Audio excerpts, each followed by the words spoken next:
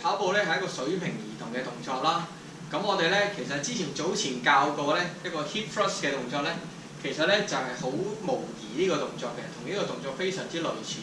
咁今日咧就教大家一個加強版嘅動作啦，就係加啲重量落去啦，就係我哋咧利用呢個 kettlebell 啦，做一個咧叫做 kettlebell swing 嘅動作。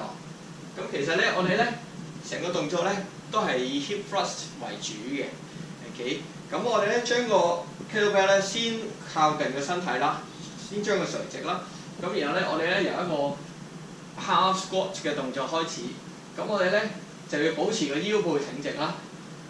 咁我哋咧將個 kettlebell 慢慢由個胯下一路揈出去。OK， 每一下都係做一個 hip extension。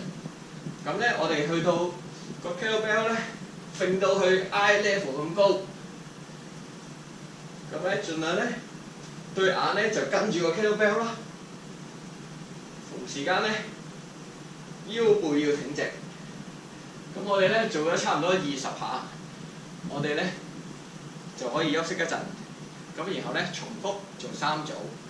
咁我哋咧就可以鍛鍊到 core、glute 同埋 hamstring 同埋 core。呢個咧 hip thrust 嘅動作對於跑步啊、落山啊非常之有幫助嘅。